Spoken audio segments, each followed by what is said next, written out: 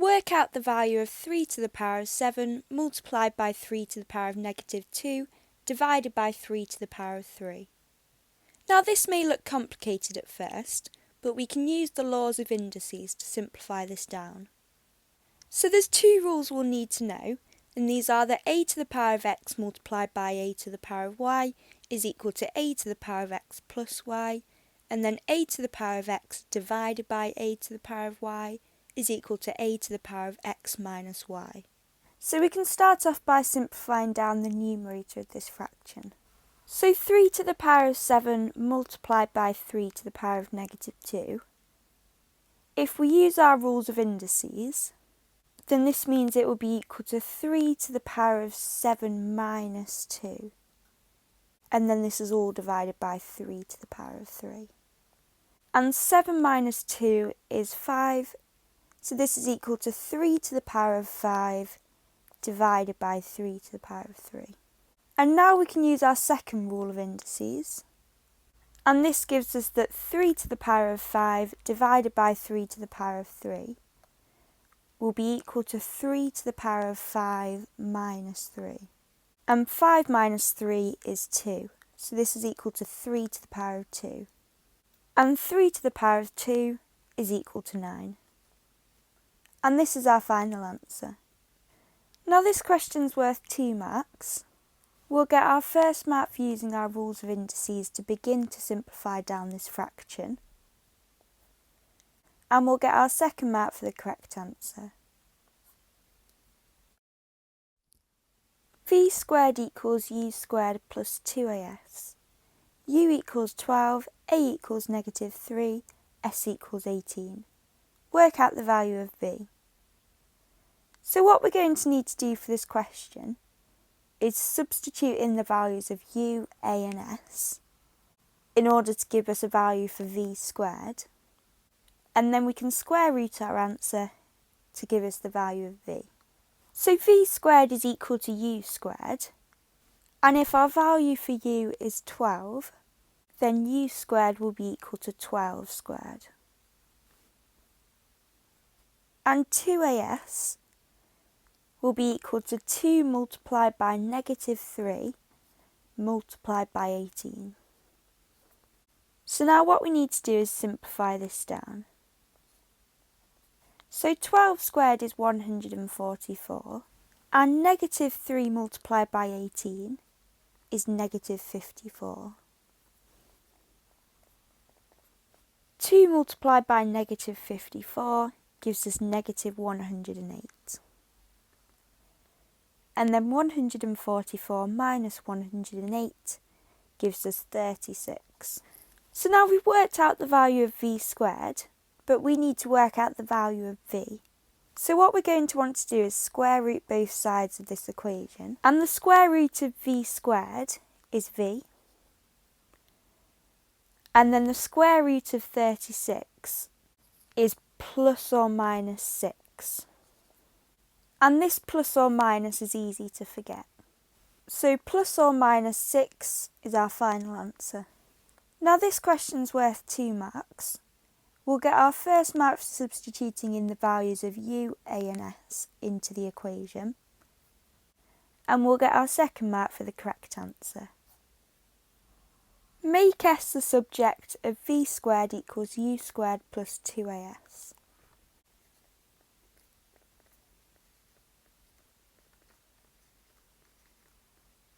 So in order to make s the subject of this equation, we're going to want to get s on its own on one side. So the first thing we can do is minus u squared from both sides of this equation. And this gives us that v squared minus u squared is equal to 2as. And now the final thing we can do to make s the subject is divide both sides by 2a. And this gives us that v squared minus u squared divided by 2a is equal to s. And this is our final answer. Now this question's worth 2 marks. We'll get our first mark for minusing u squared from both sides of this equation, and we'll get our second mark for completing the method in order to get the correct final answer. A bonus of 2,100 is shared by 10 people who work for a company. 40% of the bonus is shared equally between 3 managers. The rest of the bonus is shared equally between 7 salesmen. One of the salesmen says, if the bonus is shared equally between all 10 people, I will get 25% more money. Is the salesman correct? You must show how you get your answer. So for this question, we're going to need to work out the amount of money each of the salesmen will get, and then compare this to the amount of money which each salesman will get if the bonus was shared equally. So the first thing we can do is work out the percentage of the bonus which will be shared between the 7 salesmen. So if £2,100 is 100% of the bonus, and the managers will take 40%, then this means the amount which is shared between the salesmen is 60%. So we want to work out how much 60% of £2,100 is. And we can do this by adding 50% to 10%. So 50% of £2,100 is equal to half of £2,100, which is £1,050. And then 10% of £2,100 will be the same as dividing £2,100 by 10, which gives us £210. So if we add these together, this tells us that 60% is equal to £1,260. Now £1,260 is the amount of money which 7 salesmen will share. So in order to work out how much each salesman will earn, we'll need to divide this value by 7. So we can use the bus stop method. So 7 goes into 1 0 times. So we can add a 0 above and then carry over the 1. 7 goes into 12 once, and then we have a remainder of 5, so again we can carry this over. 7 goes into 56 8 times, and then there's no remainders, and then 7 goes into 0 0 times. So the amount of money each salesman will earn will be £180. So the next thing we'll need to do is work out how much money each of the salesmen will get if the bonus is shared equally between all 10 people. So if the bonus was originally £2,100 and the bonus is being shared equally between all 10 people, then we'll want to divide 2,100 by 10. And this gives us £210. Now we want to work out whether 210 is 25% more than 180. So in order to do this, we can work out 125% of 180. So 125% of this value will be equal to 100% plus 25%. So 100% of the price will be £180. And then 25% of the price is the same as dividing 180 by 4, which gives us £45. And if we add these together, this gives us £225. So therefore, 25% more than 180 is £225. Meaning because the amount of money they would get if they split the money evenly would be £210, and 25% more than 180 is £225, then each salesman would get less than 25% extra bonus. So therefore, each salesman would not get 25% extra if their bonus was split evenly between all 10 people. So now the final thing we need to do is write a summary statement. So we can write something along the lines of, no, because when split evenly, each salesman will get £210. However, 25% extra from £180 is £225.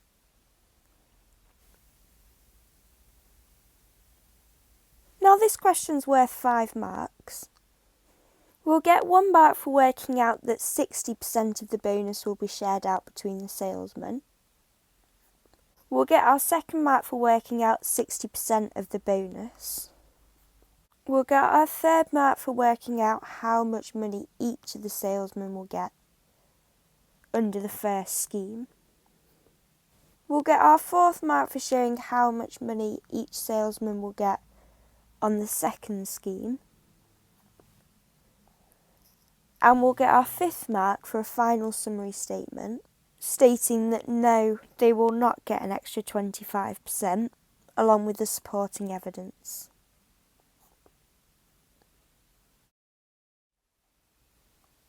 It would take 120 minutes to fill a swimming pool using water from 5 taps.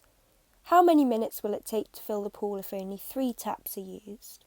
So for this question, we're going to want to work out how many minutes it would take to fill the swimming pool using just 1 tap, and then we can divide this value by 3 to work out how many minutes it will take to fill the pool if only 3 of the taps are used. So if it takes 120 minutes to fill the swimming pool using water from 5 taps, then it would take longer to fill the swimming pool using just 1 tap. So in order to work out how long it will take for 1 tap, we want to multiply 120 by 5, which gives us 600 minutes. So therefore 1 tap will take 600 minutes to fill the swimming pool. So now to work out how many minutes it will take to fill the pool if only 3 taps are used, we're going to want to divide 600 by 3. And this gives us 200 minutes. And this is because if it takes 600 minutes to fill the pool using 1 tap, then using 3 taps it will only take a third of the time. So therefore 200 minutes is our final answer. Now this question's worth 2 marks. We'll get our 1st mark for working out how long it will take to fill the pool using 1 tap, and then dividing this value by 3. And then we'll get our 2nd mark for the correct answer. State one assumption you made in working out your answer to part A. So in part A, we worked out that 1 tap would take 600 minutes to fill up the pool. So this is assuming that all of the taps would take 600 minutes. However, some taps may have a higher water flow than other taps.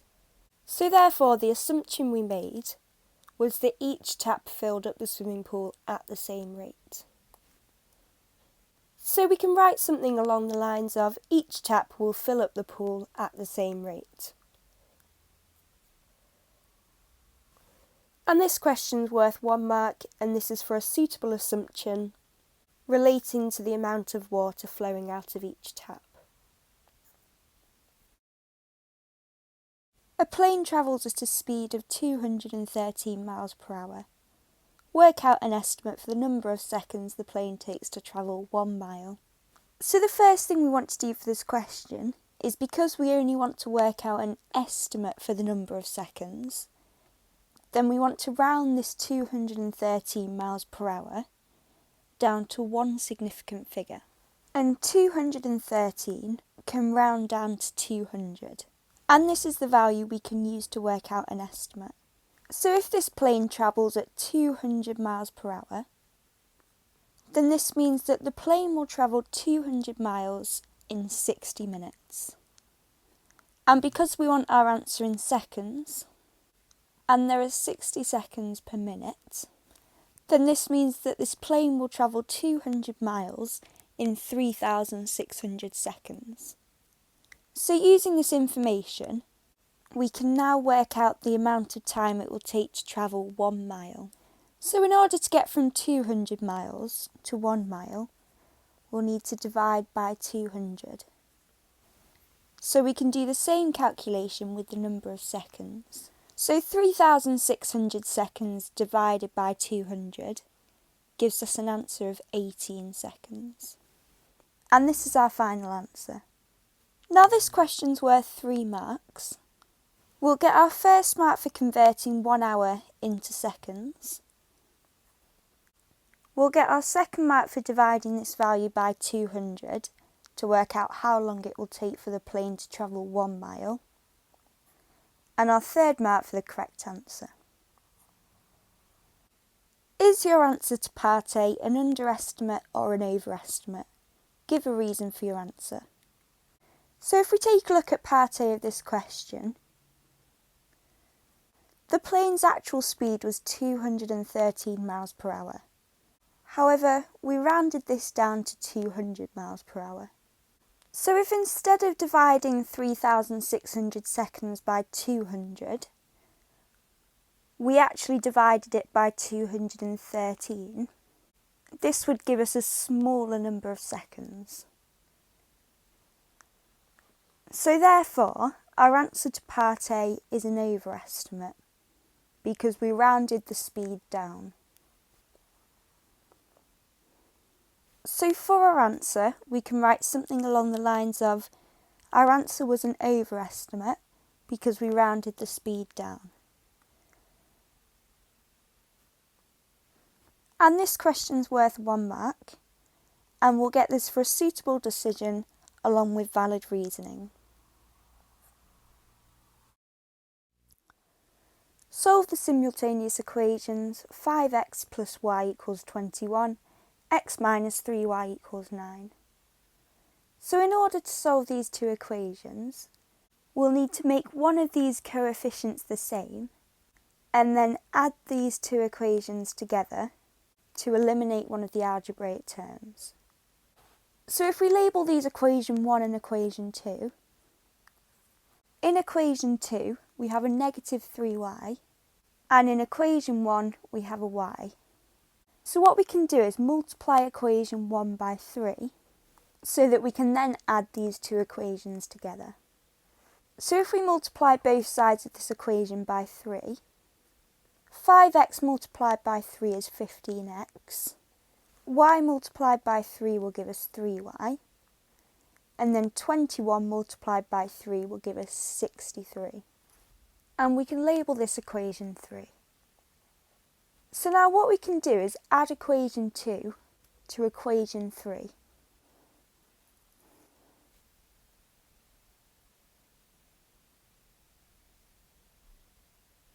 So x add 15x will give us 16x. Negative 3y add 3y will give us 0.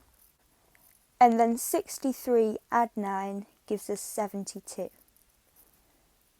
So this therefore tells us that 16x is equal to 72. So now in order to work out the value of x, we'll want to get the x term on its own on one side of this equation. So the first thing we can do is divide both sides of this equation by 8. And this tells us that 2x is equal to 9. And then finally we can divide both sides of this equation by 2. And this tells us that x is equal to 4.5. So we can write this into the answer box.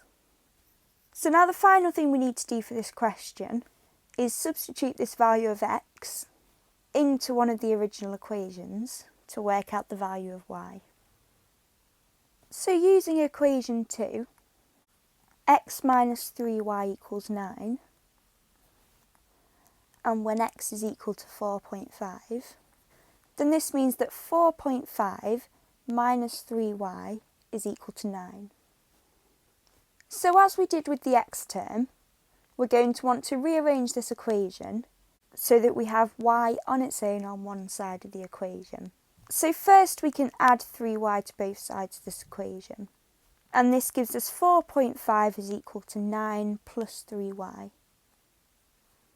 Next we can minus 9 from both sides of this equation, which gives us negative 4.5 is equal to 3y. And now the final thing we can do is divide both sides by 3. And this tells us that negative 1.5 is equal to y. So we can write this into our answer box. And these are our final answers. Now this question's worth 3 marks, We'll get our first mark for eliminating one of the variables. We'll get our second mark for substituting the value of x into one of the original equations. And we'll get our third mark for having both the x and the y terms correct. The diagram shows a square ABCD with sides of length 20 centimetres. It also shows a semicircle and an arc of a circle. AB is the diameter of the semicircle, AC is an arc of a circle with centre B. Show that the area of the shaded region divided by the area of the square is equal to pi divided by 8. So for this question, the first thing we'll need to do is work out the area of this shaded region here. Now to do this we can work out the full area of this quarter circle ACB and then minus the area of this semicircle from the full area. So the formula for the area of a circle is pi r squared. So this means that the formula for a quarter of a circle will be pi r squared divided by 4. So because ABCD is a square, then this means that all of the side lengths will be the same. So length BC will also be 20 centimetres. And this means that the radius of this quarter circle is 20 centimetres. So we can substitute this value into the area of a circle. So the area of ACB will be equal to pi multiplied by the radius, which is 20, squared. And then because this is a quarter circle, we can divide this all by 4. So the first thing we'll need to do to simplify this down is square the 20. And 20 squared is equal to 400. And then the final thing we'll need to do is simplify down this fraction. And pi multiplied by 400 divided by 4 will give us 100 pi. Now the next thing we'll need to do is work out the area of this semicircle here.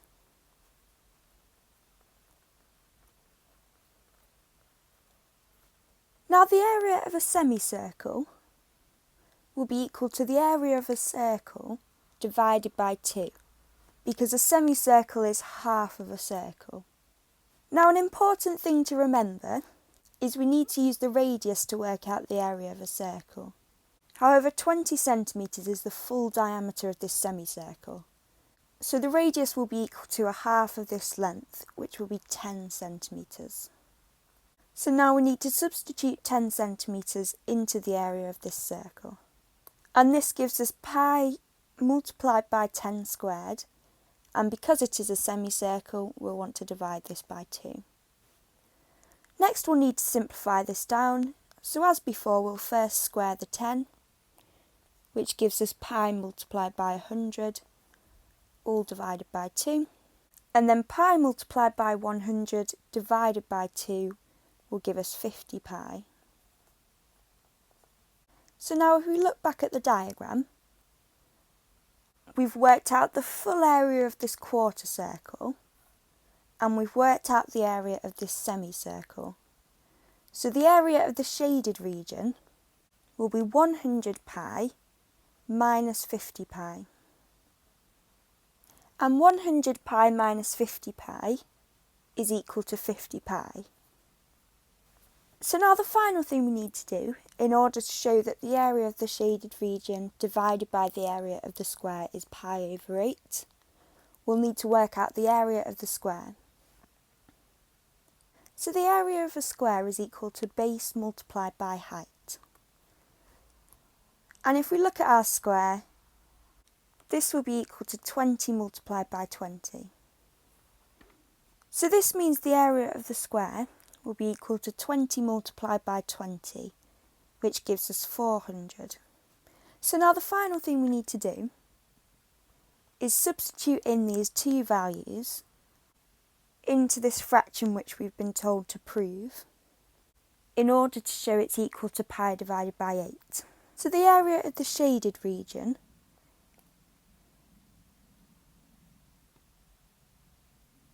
divided by the area of the square will be equal to 50 pi divided by 400. And if we simplify this down, we can first divide both the numerator and the denominator by 10, which gives us 5 pi over 40. And then we can divide both the numerator and the denominator by 5, which gives us pi over 8. So as we can see, we've shown that the area of the shaded region divided by the area of the square is equal to pi divided by 8. Now this question's worth 4 marks. We'll get our first mark for working out the area of the quarter circle. We'll get our second mark for working out the area of the semicircle. We'll get our third mark for working out the area of the shaded region and the area of the square. And we'll get our fourth mark for a full complete proof. Write down the exact value of tan 45. So the value of tan 45 is one of the exact trigonometric ratios which you'll need to know for your non-calculator papers. And the value of tan 45 is 1. And this is our final answer. Now this question's worth 1 mark, and we'll get this for the correct answer. Here is a right-angled triangle. Cos 60 equals 0.5. Work out the value of x. So we're going to need to use trigonometry for this question. So the first thing we can do is label up these sides as either opposite, adjacent or hypotenuse to this angle. So the longest side of the right-angled triangle is always the hypotenuse. This side length will be opposite to the angle, and therefore this side is adjacent.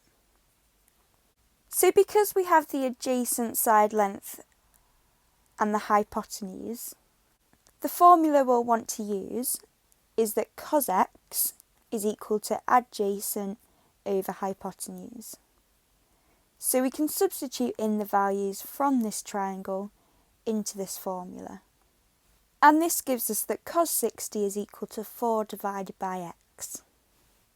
Now because in the question we've been told that cos 60 is equal to 0.5, and we've just worked out that cos 60 is equal to 4 divided by x, then this means that 4 divided by x will be equal to 0.5.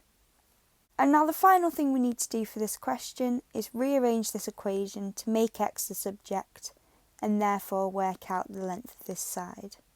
So the first thing we'll want to do is multiply both sides by x, and this gives us that 4 is equal to 0.5x. And then the final thing we can do is divide both sides by 0.5. And this tells us that 8 is equal to x. And this is our final answer.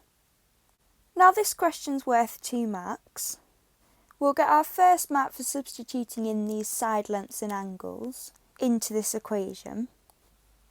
And we'll get our second mark for the correct answer. The times that 48 trains left a station on Monday were recorded. The cumulative frequency graph gives information about the numbers of minutes the trains were delayed, correct to the nearest minute. The shortest delay was 0 minutes, the longest delay was 42 minutes. On the grid below, draw a box plot for the information about the delays on Monday. So when drawing a box plot, there's 5 pieces of information which we need to know. We need to know the lowest value, the lower quartile, the median, the upper quartile, and the highest value. So in this question we've already been told the lowest and the highest value, as we've been told that the shortest delay was 0 minutes and the longest delay was 42 minutes.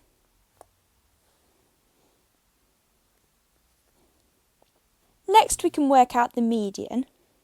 So the median will be the middle train when all of these delays are lined up in size order. And because there are 48 trains, and half of 48 is 24, then we'll want to read off the cumulative frequency at 24 in order to work out the median. And when we read off the graph at a cumulative frequency of 24, this gives us a delay in minutes of 10 minutes. Next, we'll need to work out the lower quartile and the upper quartile. So the lower quartile is the bottom 25% of the data, and then the upper quartile is the top 25% of the data. So in order to work out the lower quartile, we'll want to read off the cumulative frequency axis at 12, because this is 25% of the total number of trains. And when we read off the graph at a cumulative frequency of 12, this gives us a delay of 4 minutes. So therefore the value for the lower quartile is 4 minutes. And finally the upper quartile. So if the upper quartile is the top 25% of data, we'll want to use the cumulative frequency, which is 75% of the total number of trains. So we'll want to read off this graph at 36. And this gives us a delay in minutes of 20 minutes. So this is our upper quartile. Now the final thing we need to do for this question is put these 5 pieces of information into this box plot. So if we start off with the lowest value and the highest value, for the lowest and highest value, we'll draw a vertical line. So because the lowest value is at 0 minutes, we'll draw a vertical line at 0. And if the highest value is at 42 minutes, we'll draw a vertical line at 42 minutes.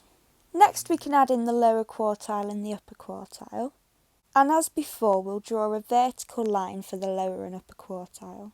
So if the lower quartile is 4, we'll draw a vertical line at 4. And the upper quartile is 20, so we'll draw a line at 20. However, with the lower quartile and the upper quartile, we're going to connect these 2 lines together to form a box. And for the median, we'll also draw a vertical line at 10. And now the final thing we need to do is connect up these 2 ends of the box plot with the box in the middle. And this is what our finished box plot should look like. And this question's worth 3 marks. We'll get our first mark for having both the lowest and highest value correctly filled in on the box plot. We'll get our second mark for having the lower quartile and the upper quartile correct. And we'll get our third mark for having the median correct. Compare the distribution of the delays on Monday with the distribution of the delays on Tuesday. So as we can see, we've got 2 box plots. We have the box plot for Monday, which we've already filled in, and then the box plot for Tuesday, which they have given us. So when comparing box plots, there's 2 pieces of information which we need to compare.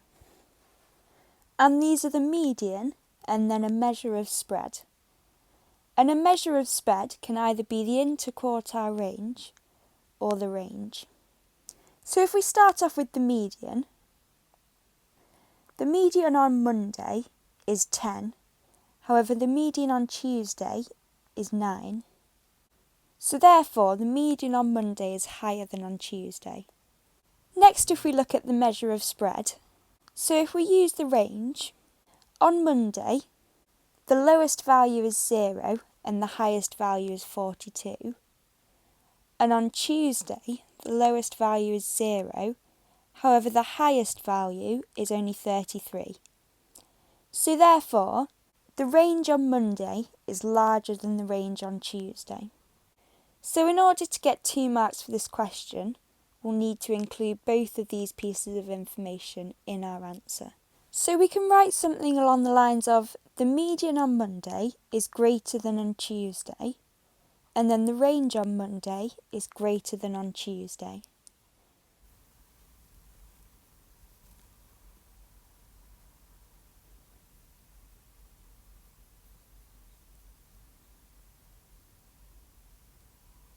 And this question's worth 2 marks. We'll get our first mark for comparing the median, and we'll get our second mark for comparing the range or the interquartile range. Mary says the longest delay on Tuesday was 33 minutes.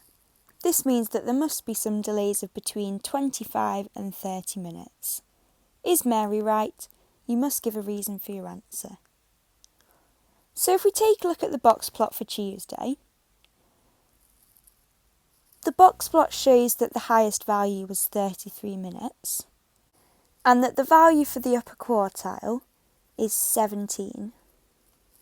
So therefore, the highest 25% of values is between 17 and 33. However, just because the values are between 17 and 33 does not mean there must be delays between 25 and 30 minutes, as these delays may be between 17 and 25 minutes or between 30 and 33 minutes. So therefore, Mary is not correct. So the final thing we need to do is write our answer. So we can write something along the lines of no, because the upper 25% of trains may be delayed between 17 and 25 minutes or between 30 and 33 minutes.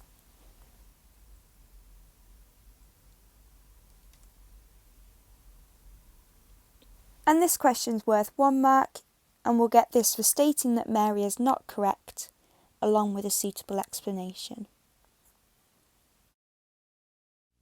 Simplify x minus 1 divided by 5x minus 1 squared.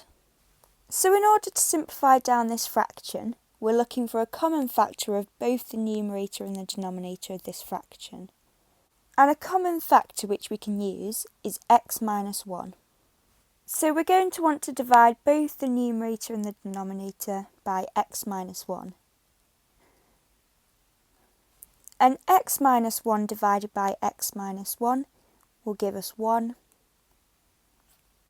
And then 5 multiplied by x minus 1 squared divided by x minus 1 will give us 5x minus 1. And this is our final answer. And this question's worth 1 mark, and we'll get this for the correct answer. Factorise fully 50 minus 2y squared. So when factorising, we're looking for a common factor of these two values, which we can take outside of the brackets. So a common factor of 50 and negative 2 will be 2. So to start this question off, we can take out a 2. And 50 divided by 2 gives us 25. And then negative 2y squared divided by 2 will give us negative y squared. And now the final thing we can do to fully factorise this question is factorise out 25 minus y squared. And 25 minus y squared is equal to 5 minus y multiplied by 5 plus y. So 50 minus 2y squared, fully factorised, will give us 2 multiplied by 5 minus y multiplied by 5 plus y. And if we want to check that our answer is correct, we can expand out these brackets, and this will take us back to the original expression. Now this question's worth 2 marks. We'll get our first mark for beginning to factorise this expression, and we'll get our second mark for a fully factorised expression. Jack and Sadia work for a company that sells boxes of breakfast cereal. The company wants to have a special offer. Here is Jack's idea for the special offer. Put 25% more cereal into each box and do not change the price. Here is Sadia's idea. Reduce the price and do not change the amount of cereal in the box. Sadia wants her idea to give the same value for money as Jack's idea. By what percentage does she need to reduce the price? So the first thing we need to note for this question is if Sadia wants her idea to give the same value for money as Jack's idea, then we're going to want to compare the price per gram of cereal. And the price per gram of cereal will be equal to the cost divided by the mass. So what we can do is we can let C be equal to the cost, we can let M be the mass, and we can let X be equal to the multiplier for Sadia's price reduction.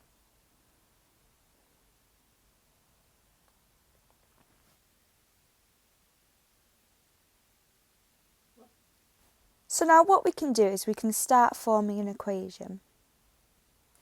So to start this off, we can draw a table comparing Jack and Sadia's cost of the cereal and mass of the cereal. So if we start off with Jack wants to put 25% more cereal into each box.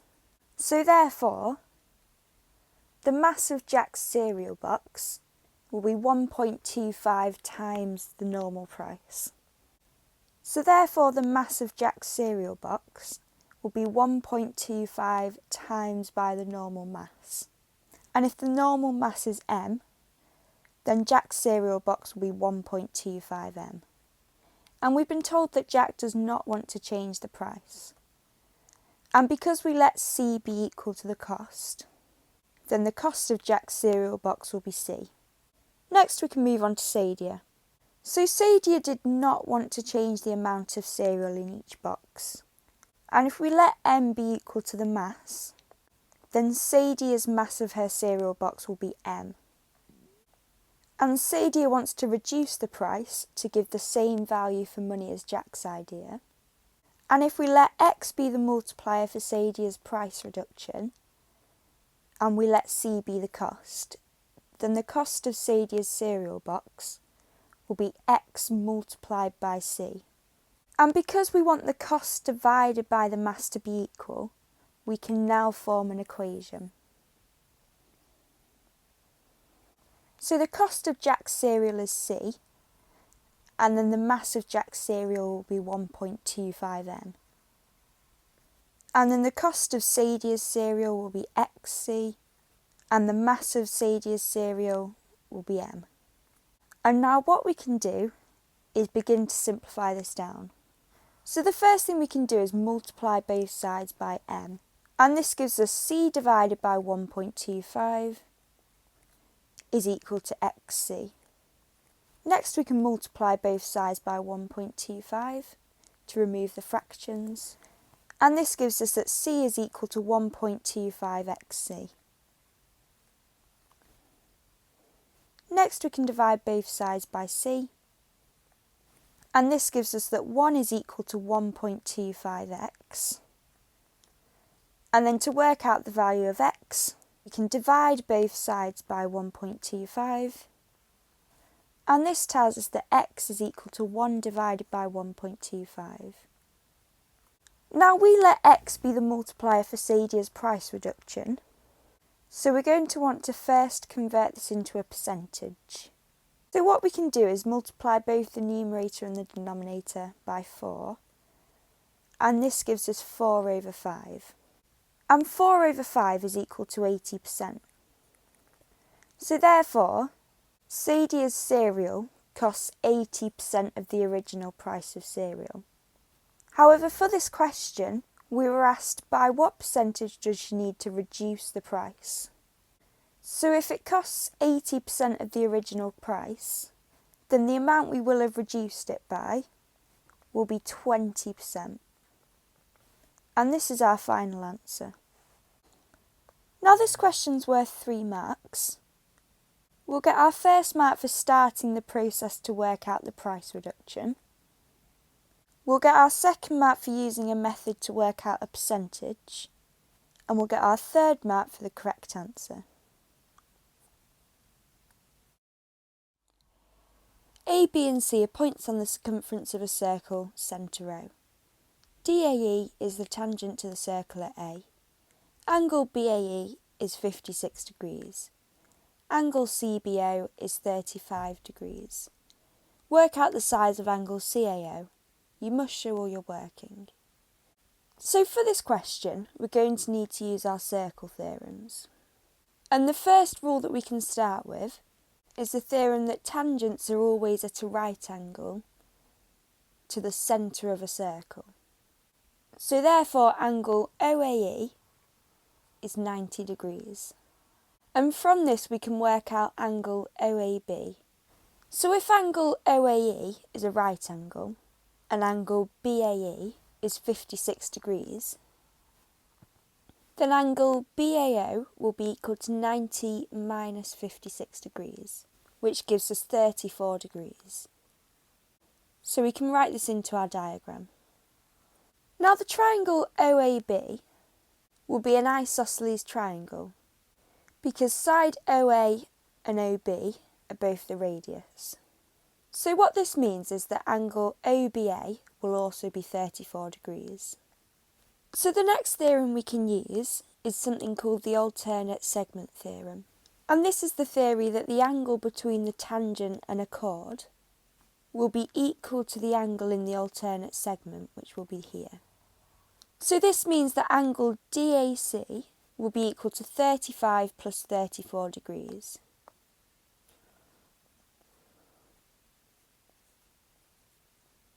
And 35 plus 34 gives us 69 degrees. So again we can fill this into the diagram. Now the angle which we want to work out is this angle here, CAO.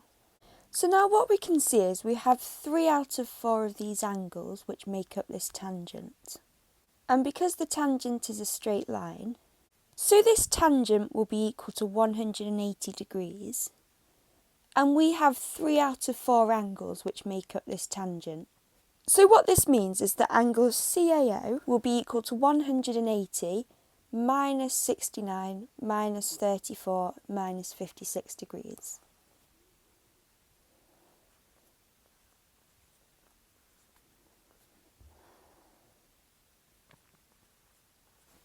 And this gives us a final answer of 21 degrees. Now this question's worth 3 marks. We'll get our first mark for working out the size of angle BAO. We'll get our second mark for working out the size of angle DAC. And we'll get our third mark for the correct answer.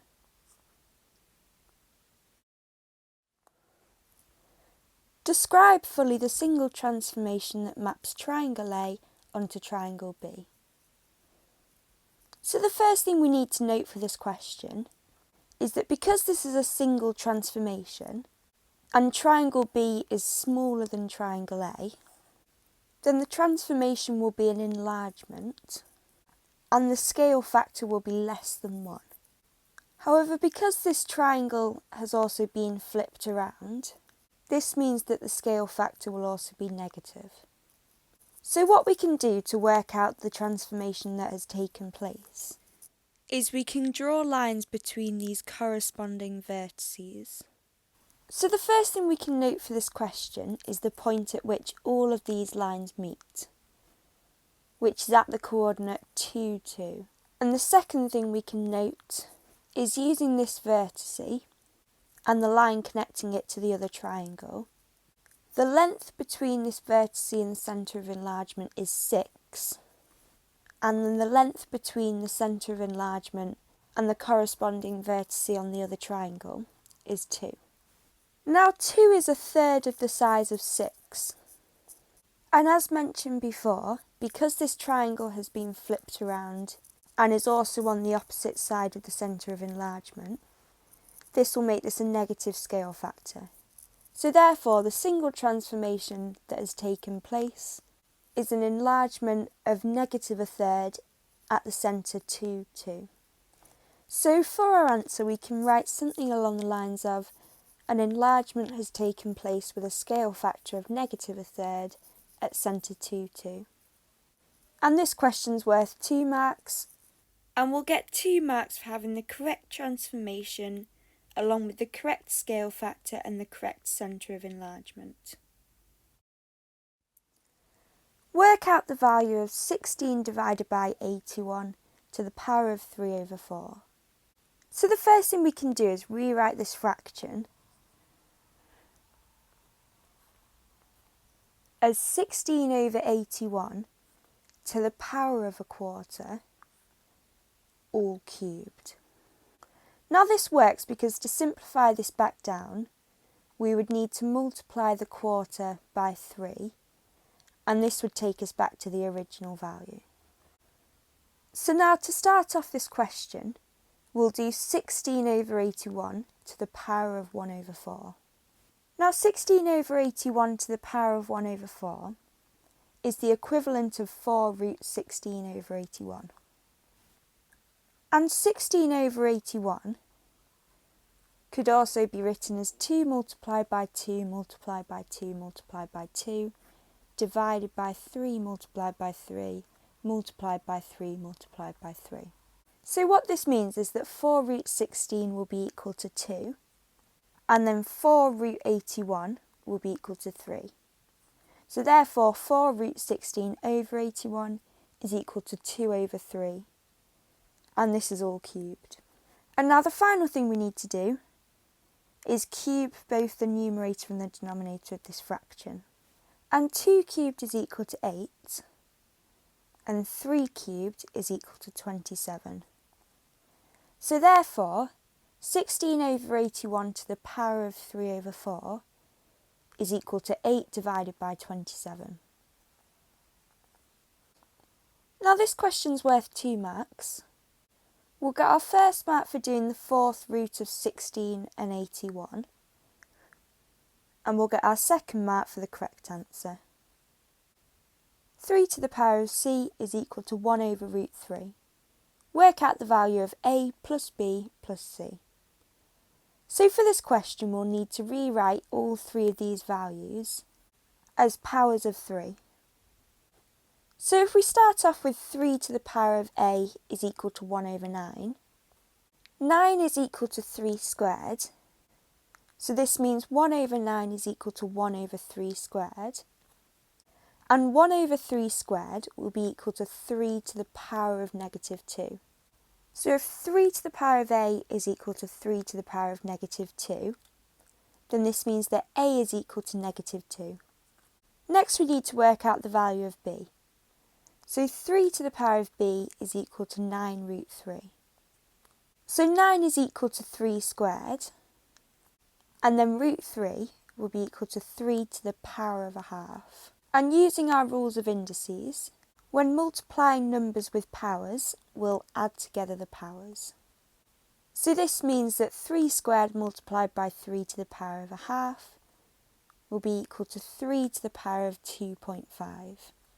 So therefore b will be equal to 2.5. Finally 3 to the power of c is equal to 1 over root 3. So we can rewrite root 3 as 3 to the power of a half. So this means 1 over root 3 is equal to 1 over 3 to the power of a half. And 1 over 3 to the power of a half will be equal to 3 to the power of negative a half. So this makes c equal to negative a half. So the final thing we need to do is substitute a, b and c into a plus b plus c.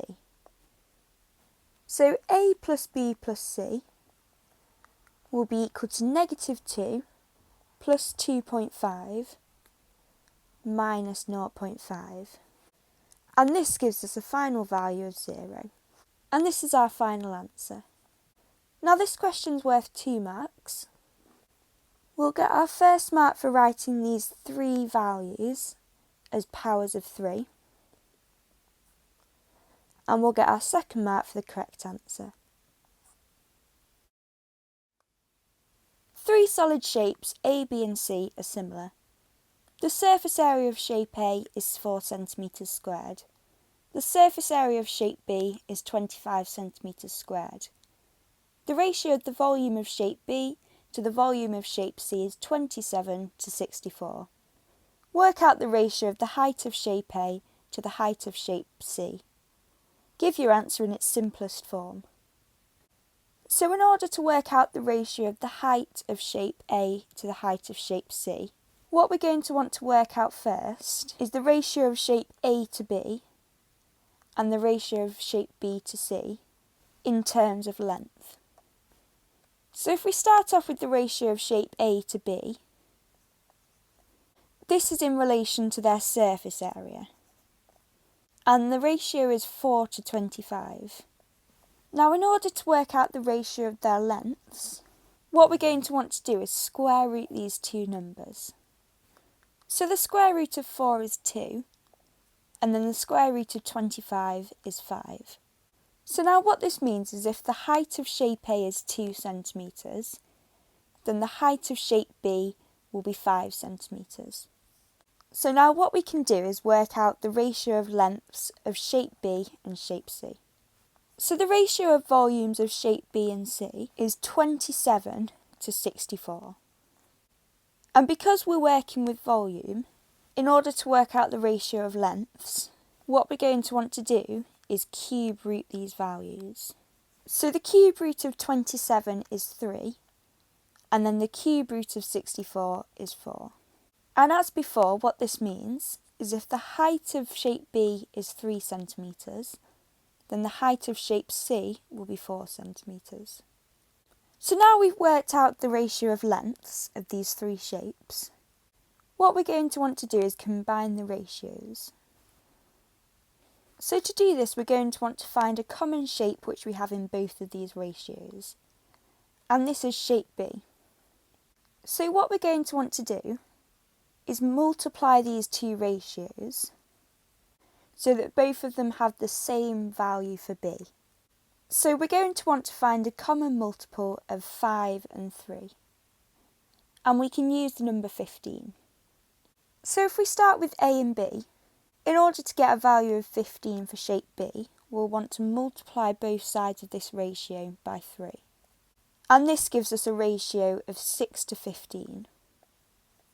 And in order to get 15 for the value of B in the ratio of B and C, we're going to want to multiply both sides of this ratio by 5. And this gives us a ratio of 15 to 20. And now what we can do is combine these two ratios so that the ratio contains A, B and C. And this gives us a ratio of 6 to 15 to 20.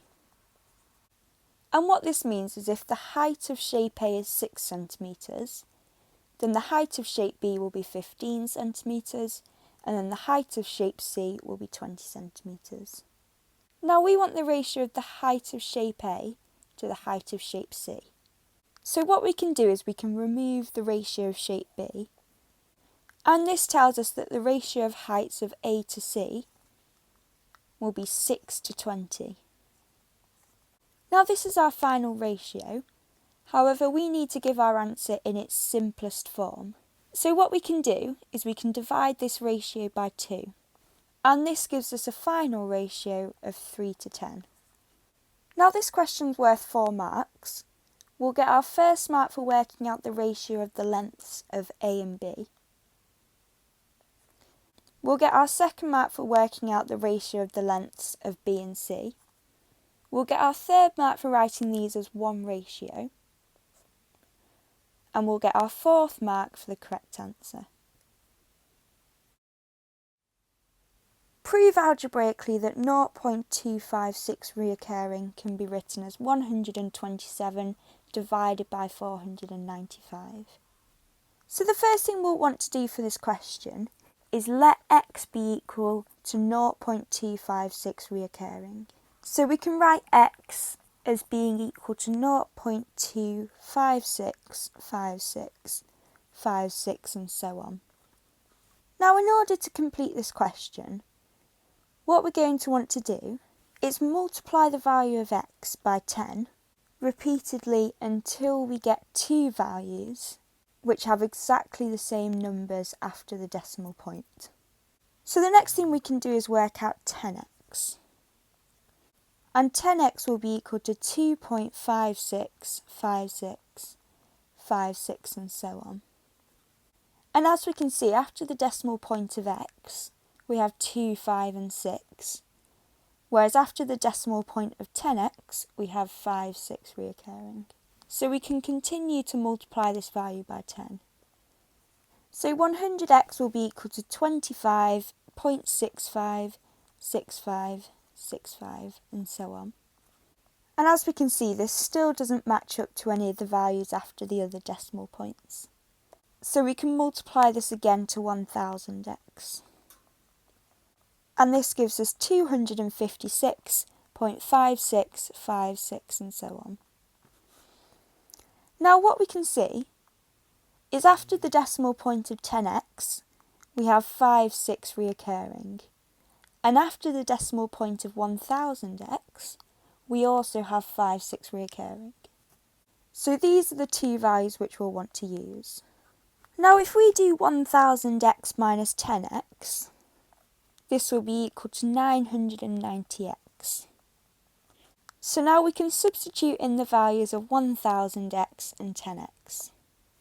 So 1000x is equal to 256.56 reoccurring, and 10x is equal to 2.56 reoccurring. And because we have the same value after the decimal point, this means that we will get a whole number for our answer, because the 0.56 reoccurring will be taken away from each other. So what this means is 256.56 reoccurring minus 2.56 reoccurring will be equal to 254.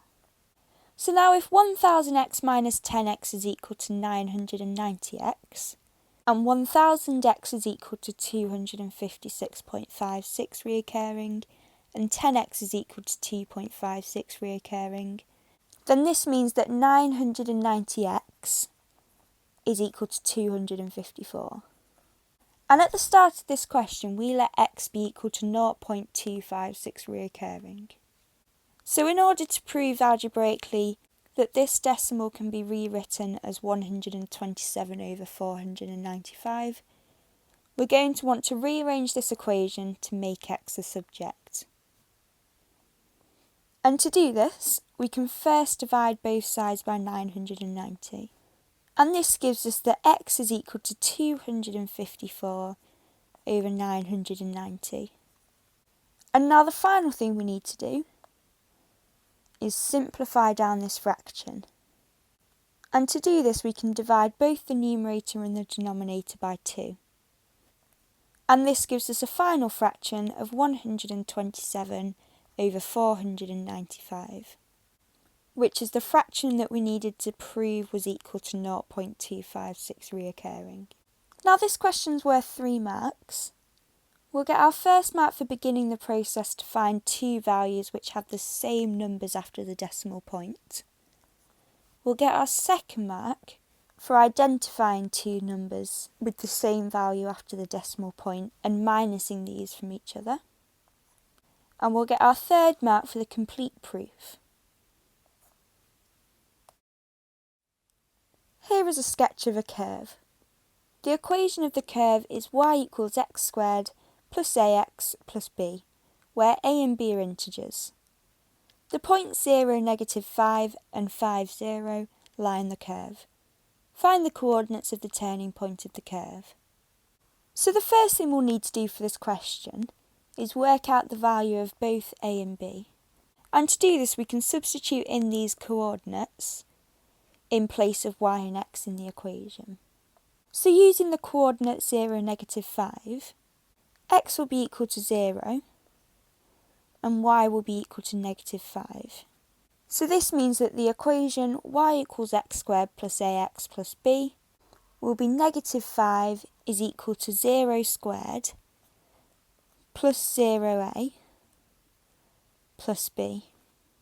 And when we simplify this down, this tells us that -5 is equal to b. So now what we can do is use the coordinate 5, 0 and the value of b we just worked out, and again substitute these into this equation. So this time x will be equal to 5, y will be equal to 0 and b will be equal to -5. And this gives us that 0 is equal to 5 squared plus 5a minus 5. And this simplifies down to 0 is equal to 20 plus 5a. And now what we're going to want to do is rearrange this to make a the subject. So first we can minus 20 from both sides, which tells us that negative 20 is equal to 5a. And then secondly, we can divide both sides by 5, giving us that negative 4 is equal to a. So therefore, the equation y equals x squared plus ax plus b will be y is equal to x squared minus 4x minus 5. And now we can move on to finding the turning point of the curve.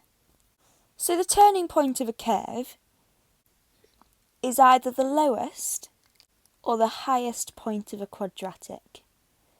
So in this case, because the x squared is positive, the turning point will be this point here. And this means that it will be the lowest possible value of y.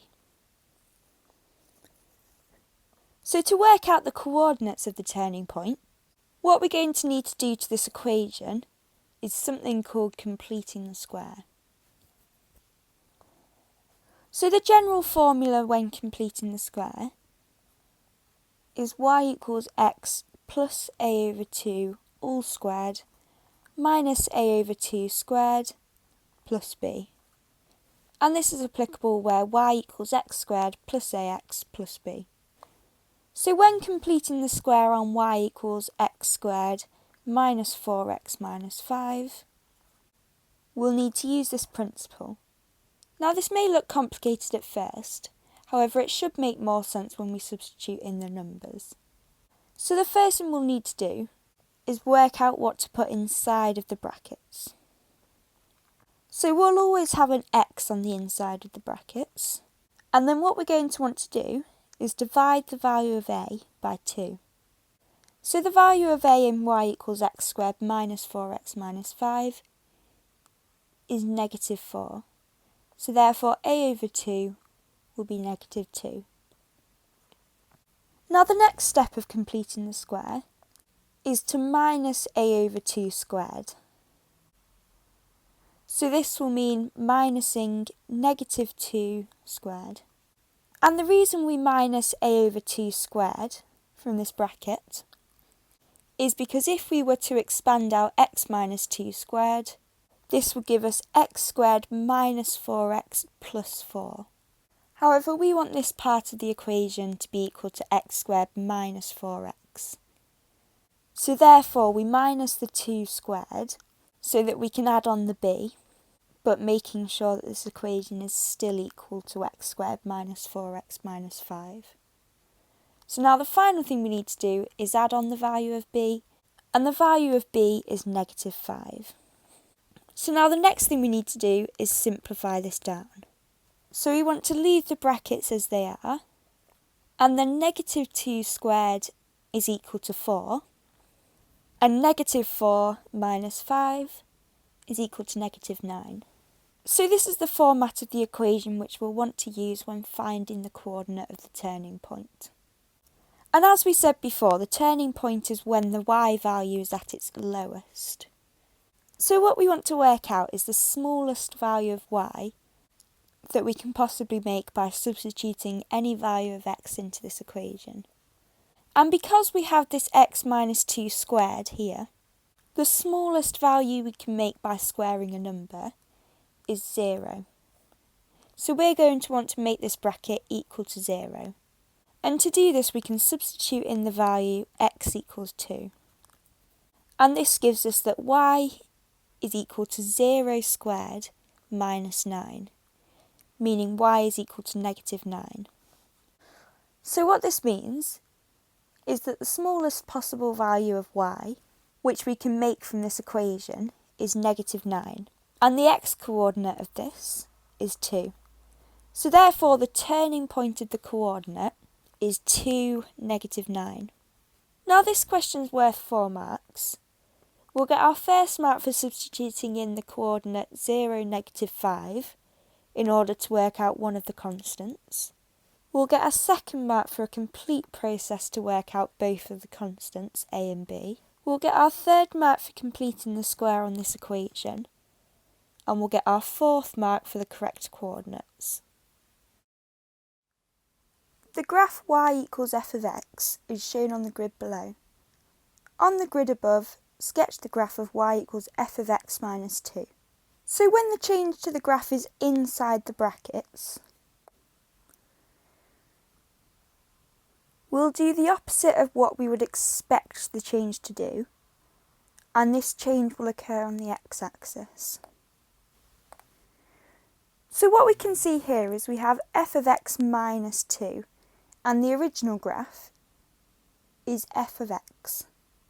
So therefore, because we're doing the opposite of what we would expect, we're going to want to add 2 to all of the x coordinates. So we can plot these points on the grid above. And when we add 2 to all of the x coordinates, we should have some points plotted looking something like this. And the final thing we need to do is connect up these coordinates. And this new graph is y equals f of x minus 2. Now this question's worth 1 mark, and we'll get this for drawing the correct graph. On the grid, graph A has been reflected to give graph B. The equation of graph A is y equals g of x. Write down the equation of graph B. So what we can see is this graph has been reflected in the y-axis. And if we take a look at this coordinate on graph A, this coordinate is 1, negative 3. And if we take a look at the corresponding coordinate on graph B, the coordinate is negative 1, negative 3. So what we can see is the x value of the coordinate has gone from 1 to negative 1. So therefore, all of the positive x values have been made negative. And this is the same for the rest of the graph, meaning all of the negative values of x have been made positive in graph B. So therefore, the equation of graph B will be y is equal to g of negative x. And this is our final answer. And this question's worth 1 mark, and this is for the correct answer. For all values of x, f of x equals x plus 1 squared, and g of x equals 2 multiplied by x minus 1. Show that g of f of x equals 2x multiplied by x plus 2. So g of f of x can be rewritten as g brackets f of x. And it can sometimes be easier to look at the functions in this way, as it separates them out. And because we'll always do our brackets first, we'll first work out the value of f of x, and then substitute this into g of x. So we've already been given f of x, and f of x is equal to x plus 1 squared. So therefore, we're going to want to replace x in g of x with x plus 1 squared.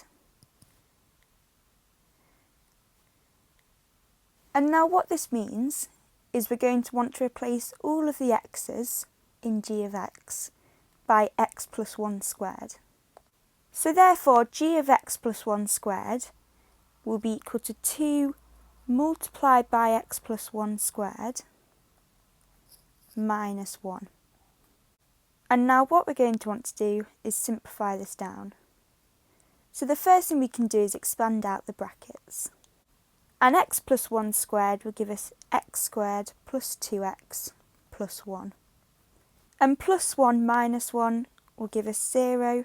So this is equal to 2 multiplied by x squared plus 2x. And now the final thing we can do is factorise out an x term from x squared plus 2x. And this gives us a final answer of 2x multiplied by x plus 2. And as we can see, this is the value which we needed to prove g of f of x was equal to. Now this question's worth 2 marks. We'll get our first mark for substituting in x plus 1 squared into the function g of x. And we'll get our second mark for the full complete proof. Find g to the negative 1 of 7. So if we take a look at part A of this question, g of x is equal to 2 multiplied by x minus 1.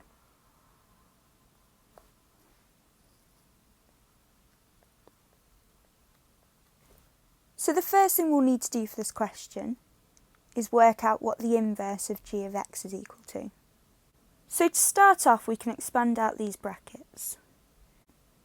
And this gives us that g of x is equal to 2x minus 2. So one way to think of the inverse of functions is we can think of it as what we'd need to do to this expression to get back to x. So the first thing we can do is work out how to get from x to this expression. So if we're starting off with x, in order to get to 2x, we would need to multiply x by 2.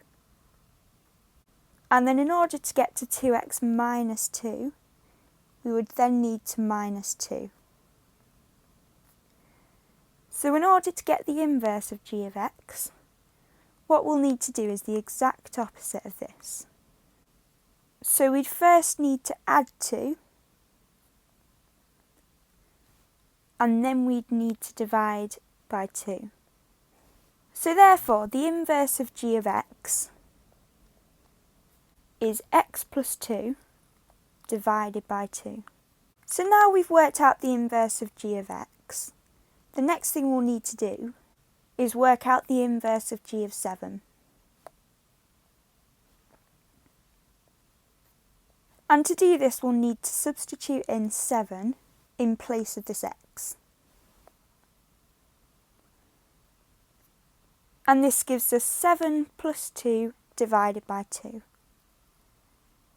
And 7 add 2 is 9, meaning that the inverse of g of 7 is equal to 9 over 2. And this is our final answer. Now this question's worth 2 marks. We'll get our first mark for working out the inverse of g of x, and we'll get our second mark for working out the value of the inverse of g of 7.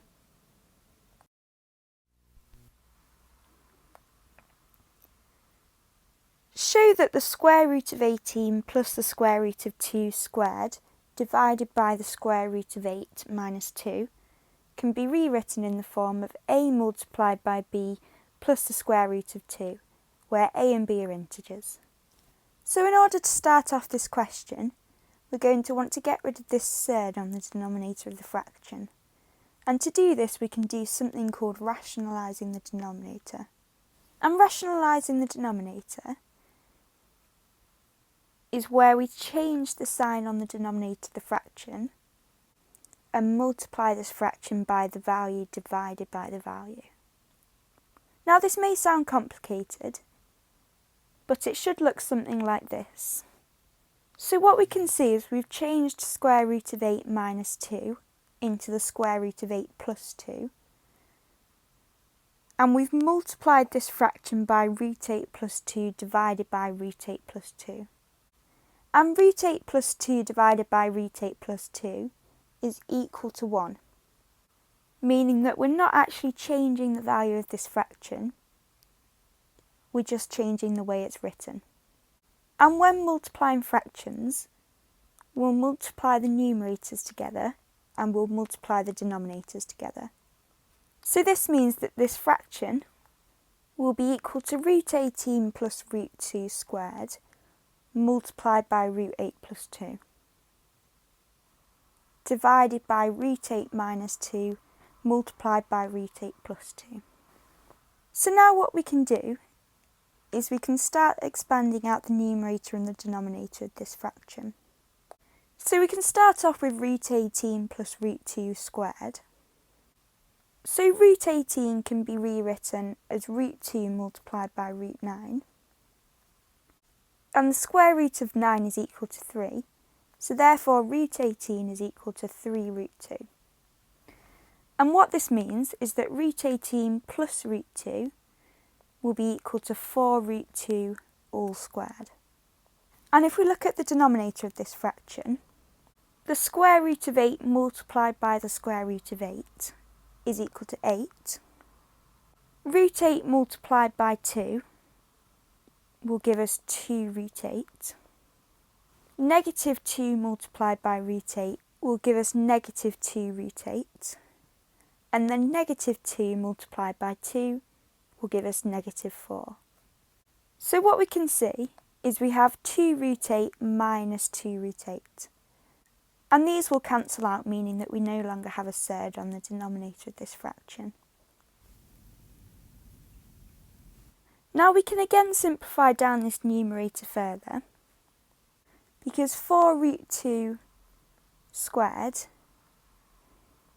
is equal to 4 squared multiplied by root 2 squared, which will give us a value of 16 multiplied by 2, which gives us 32.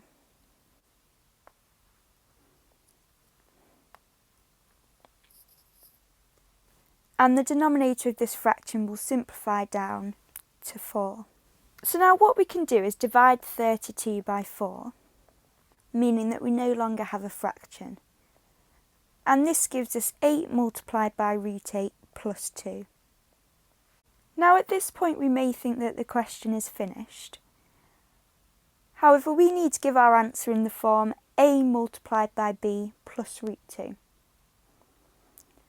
So what we're going to need to do is change this square root 8 and put it in terms of root 2. So the square root of 8 can be rewritten as root 4 multiplied by root 2. And the square root of 4 is 2, meaning that root 8 is equal to 2 root 2. So therefore 8 multiplied by the square root of 8 plus 2 will be equal to 8 multiplied by 2 plus 2 root 2. And now the final thing we need to do for this question, because we don't want a coefficient before the root 2, is factorise out a 2 from this expression.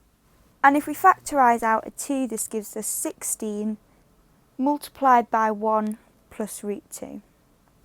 And this is our final answer. Now this question's worth 3 marks. We'll get our first mark for rationalising the denominator. We'll get our second mark for simplifying down the numerator of this fraction. And we'll get our third mark for a complete method to give us an answer of 16 multiplied by 1 plus root 2.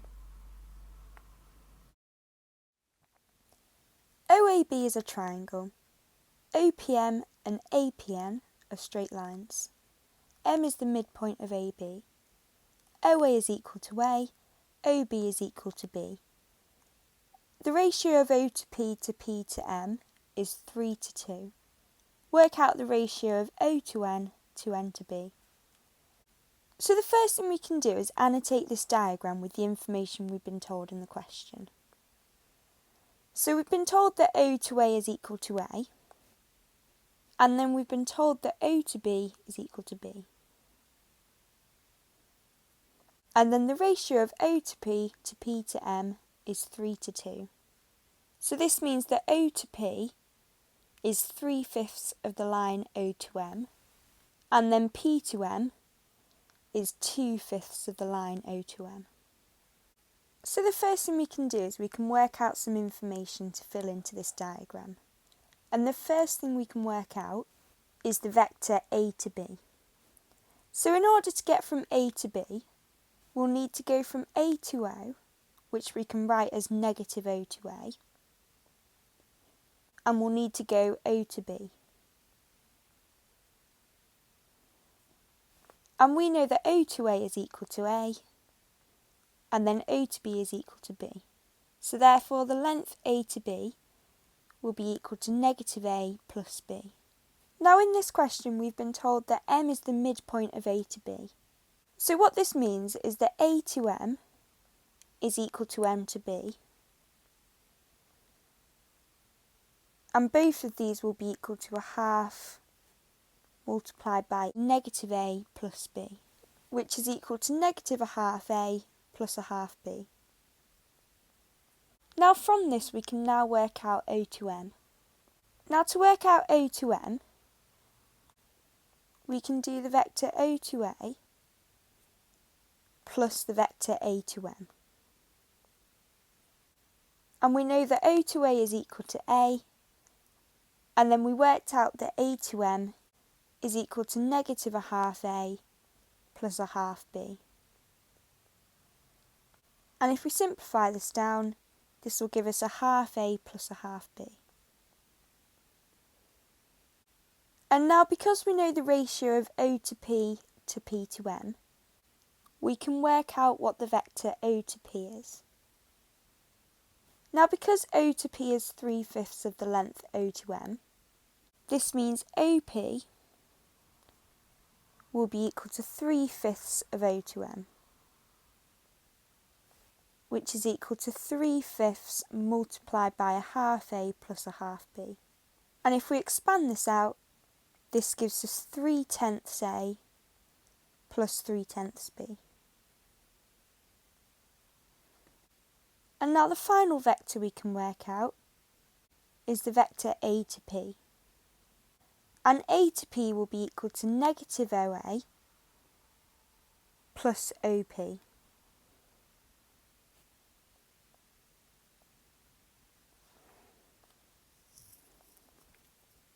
And this gives us negative A plus 3/10A plus 3/10B, which gives us negative 7/10A plus 3/10B. Now if we take a look back at the diagram, using the rules of vectors, if two vectors are parallel, or in this case on the same straight line, one of the vectors will be a multiple of the other vector. So what this would look like, using vector A to N, is A to N is equal to a constant, so we can let this be x, multiplied by A to P. And we worked out before that A to P was equal to negative 7/10A plus 3/10B. So this means A to N is equal to x multiplied by negative 7/10A plus 3/10B. Now what we can do to work out this constant x is find another root from A to N and then compare the coefficients of these two vectors. So another root we can take is from A to O, so negative O to A, plus O to N. And again, because O to N is on the same straight line as O to B, this therefore means that O to B will be a multiple of O to N, and therefore O to N will be equal to a constant multiplied by O to B. And we can let this constant be y. So negative O to A will be equal to negative A, and if O to B is equal to B, then O to N will be equal to y multiplied by B. So now what we have is two different paths of getting from A to N. And what this means is these two vectors will be equal to each other. So this means that negative 7/10XA plus 3/10XB will be equal to negative A plus YB. And now what we can do is something called comparing the coefficients. So if we first take a look at the A term, negative 7/10XA must be equal to negative A. So this means that negative 7/10x must be equal to negative 1. And if we divide both sides by negative 7/10, this will make x equal to 10/7. And we can use the same process for the b. If 3/10xb is equal to yb, then this means that 3/10x must be equal to y. And if we worked out that x is equal to 10/7, then this means that 3/10 multiplied by 10/7 is equal to y. And this makes y equal to 3/7. So now if we take a look back at this vector, we said that O to N was equal to YB. And if we've just worked out that y is equal to 3/7, then this means that O to n is equal to 3 over 7b. And if we fill this back in on our diagram, if O to n is equal to 3 over 7b, then this means that n to b is equal to 4 over 7b. So therefore, the ratio of O to n to n to b will be 3 over 7 to 4 over 7, which in its simplest form will give us 3 to 4. And this is our final answer. Now this question's worth 5 marks. We'll get our first mark for working out the vector a to b. We'll get our second mark for working out the vector O to m. We'll get our third mark for working out the vector a to p.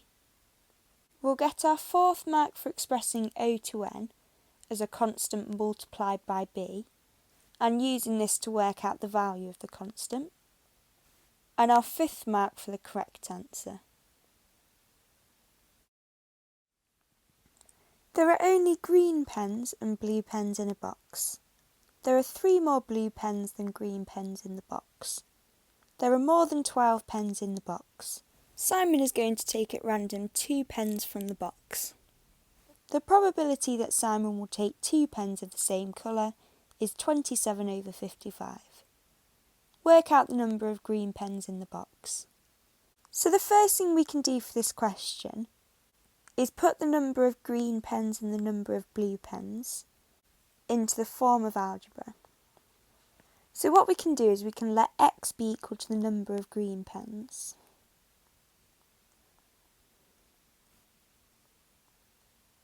And because there are 3 more blue pens than green pens in the box, this means the number of blue pens will be equal to x plus 3.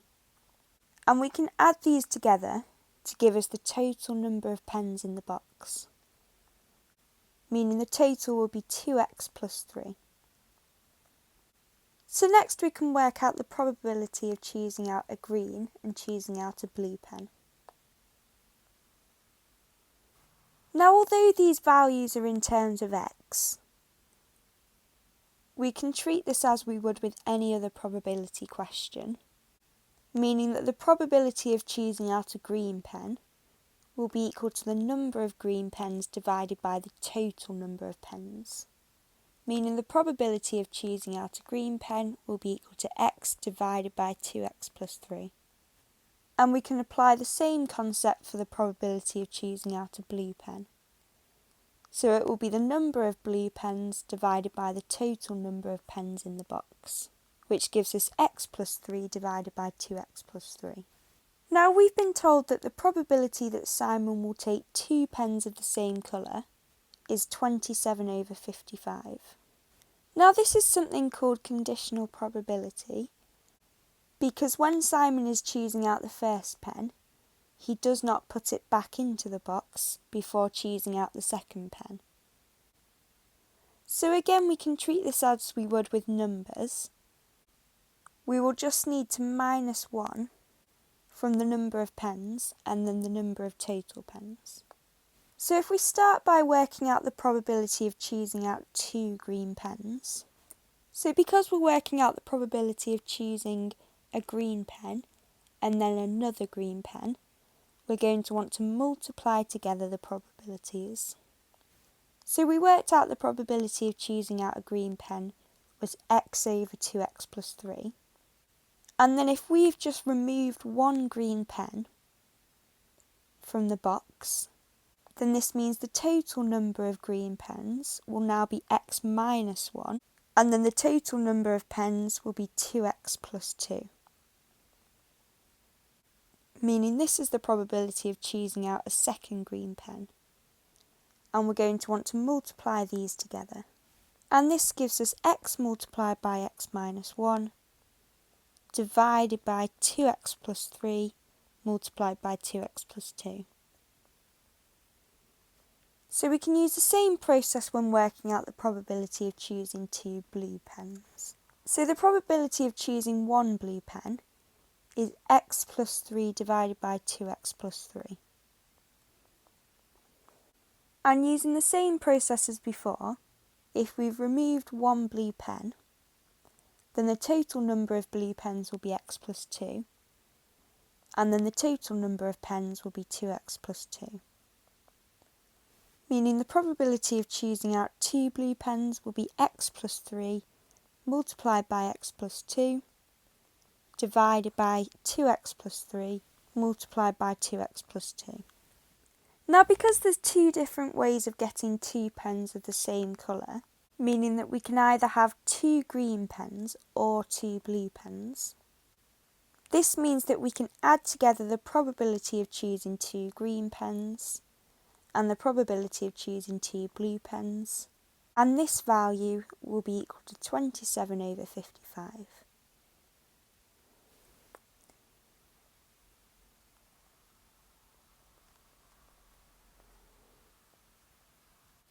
So what this means is that x multiplied by x minus 1 divided by 2x plus 3 multiplied by 2x plus 2 plus x plus 3 multiplied by x plus 2 divided by 2x plus 3 multiplied by 2x plus 2 is equal to 27 over 55. And now what we can do is we can simplify down these fractions and then rearrange this equation to make x the subject. Now when adding fractions, we add together the numerators, and because these have the same denominator, we'll keep the denominator the same. And this gives us that x multiplied by x minus 1 plus x plus 3 multiplied by x plus 2 divided by 2x plus 3 multiplied by 2x plus 2 will be equal to 27 over 55. Now when we expand out the numerator and the denominator of this fraction,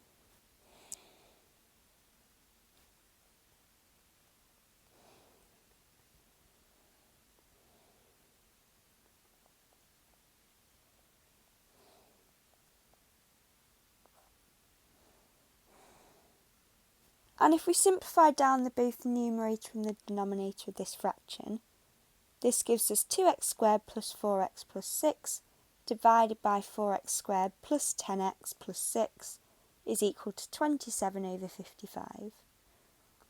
Now we can simplify down this fraction by dividing both the numerator and the denominator by 2, which gives us x squared plus 2x plus 3 divided by 2x squared plus 5x plus 3 is equal to 27 over 55.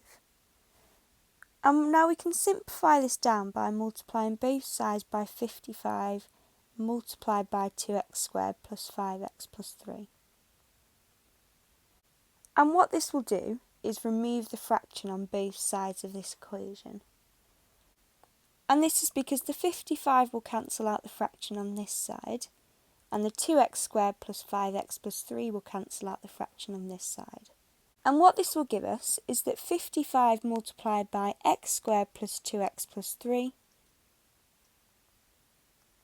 is equal to 27 multiplied by 2x squared plus 5x plus 3.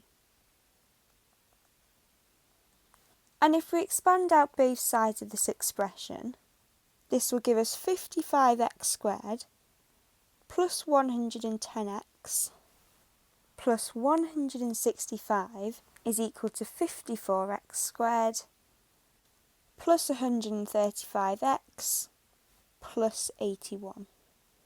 And now if we minus the right hand side of this equation from the left hand side, 55x squared minus 54x squared will give us x squared, 110x minus 135x will give us negative 25x, and then 165 minus 81 will give us positive 84, and this will all be equal to 0. So now what we have is a quadratic, which we can solve to work out the value of x. So if we factorise this quadratic, we want two values which will multiply together to give us 84 and add together to give us negative 25. And we can use the values negative 21 and negative 4. meaning this quadratic will factorise to x minus 4 multiplied by x minus 21. Therefore making x equal 4 and x equal 21. Now an important thing to remember for this question is that we were told in the question that there are more than 12 pens in the box. And because we let x be equal to the number of green pens, this means that x cannot be 4 and x must therefore be 21, meaning that the number of green pens in this box is equal to 21. Now this question's worth 6 marks. We'll get 1 mark for working out the probability of choosing out a green pen or choosing out a blue pen. We'll get our 2nd mark for working out the probability of either choosing out 2 green pens or 2 blue pens. We'll get a 3rd mark for forming an appropriate equation from these 2 probabilities. We'll get a 4th mark for forming a quadratic from this equation. We'll get our 5th mark for solving this quadratic.